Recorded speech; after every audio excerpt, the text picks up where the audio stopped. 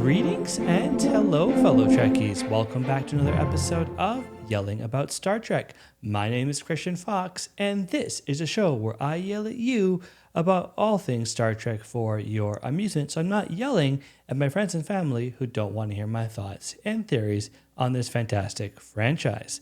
Today, I want to do a spiritual successor to an older episode I did where I talked about Chakotay and Janeway and made the argument that they are actually the Pam and Jim of the Star Trek universe. So today, I want to do the same kind of thing and look at Tom and B'Elanna and make the argument that they are, in fact, the Monica and Chandler of Star Trek. But before I get into why, make sure you get out of your space pajamas, put on your shiniest pair of boots, get a cup of coffee, get a cup of tea, maybe some iced tea if you want to pull the Archer maneuver, and brace for impact because things are going to get nerdy and probably a little bit mushy. When thinking about Tom Paris and B'Elanna Torres and comparing them to Monica and Chandler, there were actually two reasons that I think this to be a fair comparison. And the first reason is that there really isn't any hint towards the relationship. So if you look at Friends season 1, you look at the first episode, we learn that Ross is madly in love with Rachel, and we suspect because it's TV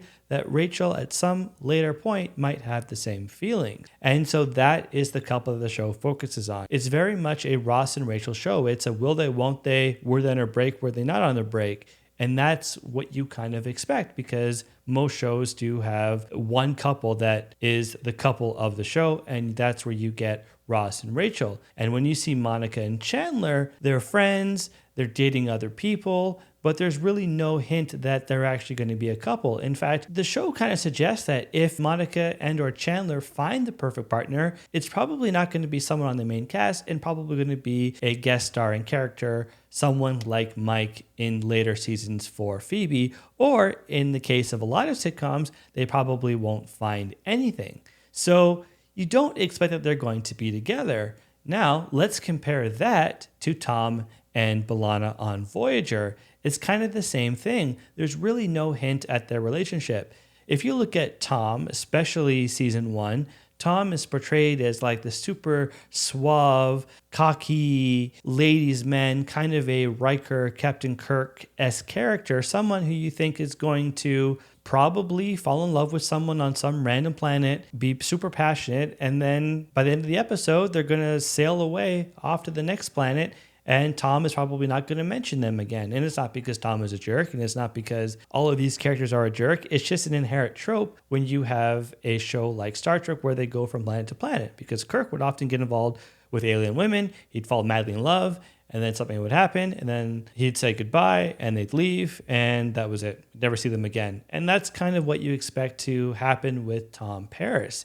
And if you look at B'Elanna, there's actually two other people who look like they could be potential romantic partners. The obvious one is Chakotay, who she's had a shared history with. They both have had the same kind of trauma, and they both have known each other for a very long time. And there's even that one episode, Persistence of Vision, I believe it's called, where she has this really intense vision slash, I guess, fantasy induced by an alien, or aliens, I should say, where she and Chakotay get pretty intimate. And you kind of see, okay, I could see how she's into Chakotay. I could see that being a thing that might get developed later. But then there's also Harry Kim. And the two of them are just so flirty with each other. They're always teasing. You know, even back in the first episode, B'Elanna starts calling him Starfleet.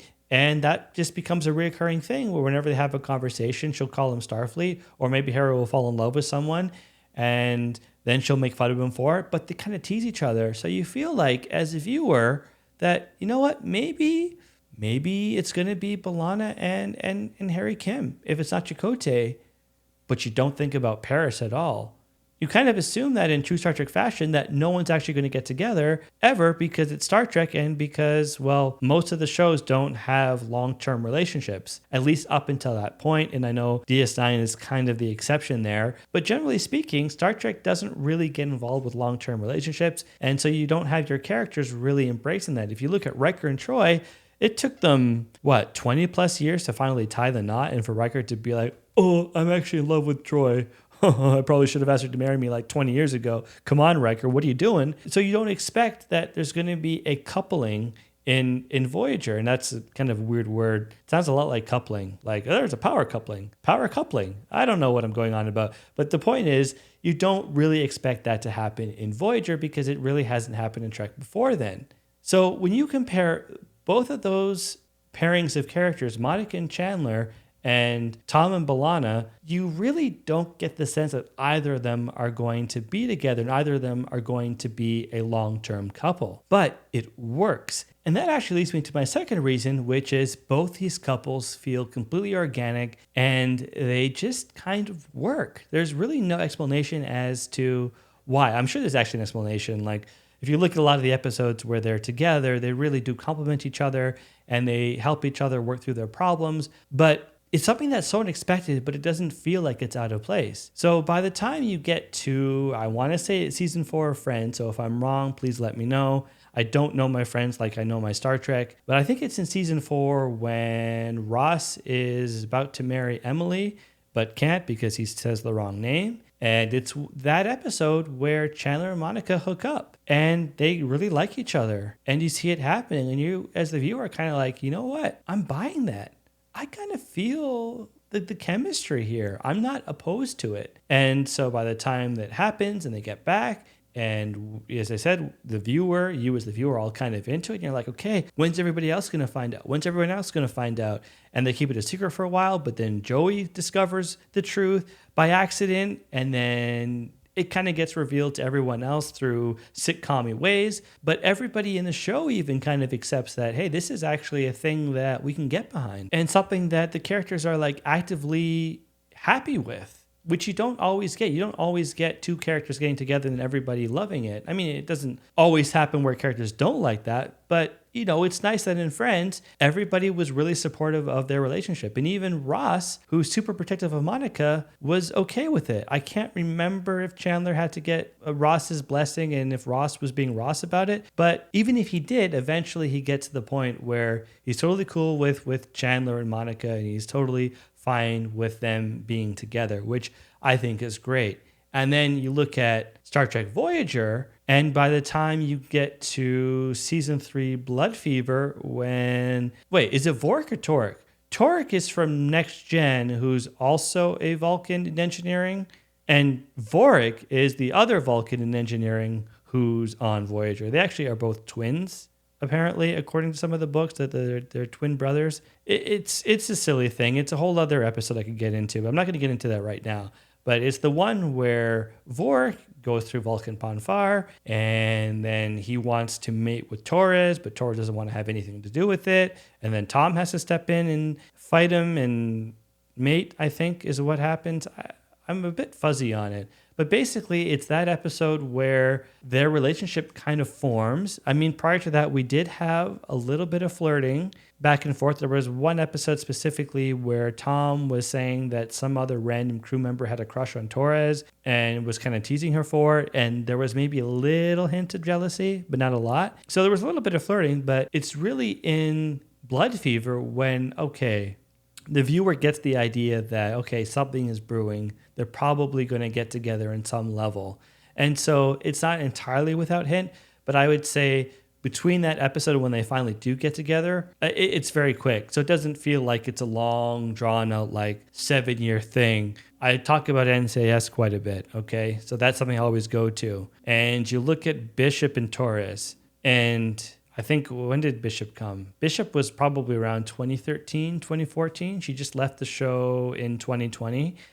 And Torres has been there for a long time too. I don't know what season he joined. But basically, they've had the will, they won't, they will, they won't, they will, they won't, they thing for over 8 years. And when they finally do, she leaves. And it's like, what? That was it. That was the buildup. So yeah, that was a little bit frustrating, and that was hinted at. There were so many hints about how much they actually liked each other. Whereas Voyager, by the time you do get those hints, they move so quickly to the relationship, I can't speak right now, that it doesn't feel like it was really planned out. It maybe was planned out from the beginning, but I'm not really sure. But either way, it happens so quickly, it doesn't feel like, oh, they were laying the breadcrumbs for this relationship for 5 years before that episode. No, it happens very quickly. But like with Monica and Chandler, it feels organic. You can feel the chemistry and the love that they have for each other is just so obvious. And even when Tom is being Tom and like focusing too much on his cars, or when he's getting possessed, or not possessed, but I don't know what you call it. What do you call it if you buy a ship and then that ship has an artificial intelligence and then somehow gets into your mind and changes your behavior? I don't know if that's brainwashing or what the heck you'd call it, but when that happens, B'Elanna is right there for him, and she's always so supportive of what he's going through. And even when he's having an off day, and by off day I mean that time he was just not loving his duties and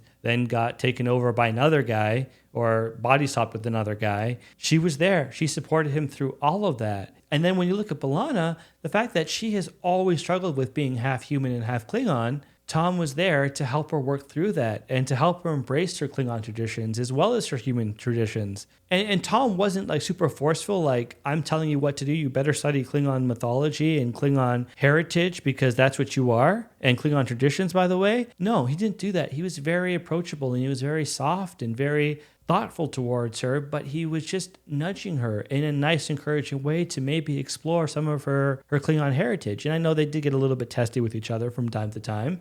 It's Star Trek. I shouldn't say it's Star Trek as if that's what happens. People don't generally fight on Star Trek, which is very strange. But yeah, they get a little bit testy because they're humans.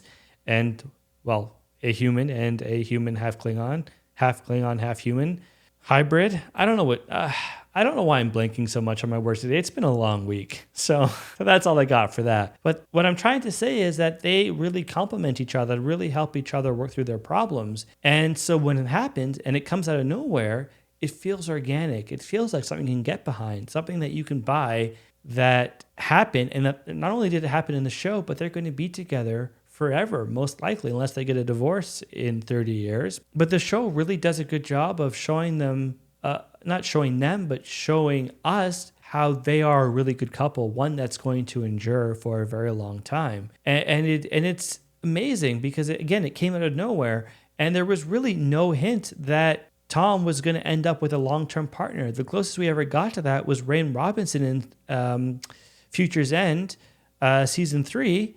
But then we kind of knew, well, obviously that's not going to continue because she's from the past and he's from the future, and you can't have her join the ship because that would be a little bit strange, even though it worked with Dr. Julian Traylor in Star Trek Voyage Home. But you don't expect that to happen. But when Tom gets to B'Elanna, you feel like that relationship is organic and one that we as the audience can actively support, especially when you compare Chakotay and Seven of Nine. Now, that was a relationship that came out of nowhere, and it felt odd. It didn't feel like it was right. I know I'm in the camp of it should have been Seven and the Doctor, even though there's some issues around that. But I'd still stand by that it should have been the Doctor and Seven, not Seven and Chakotay, because that was just an awkward relationship, and they didn't seem to really have that much love for each other, especially when you compare it to Tom and B'Elanna.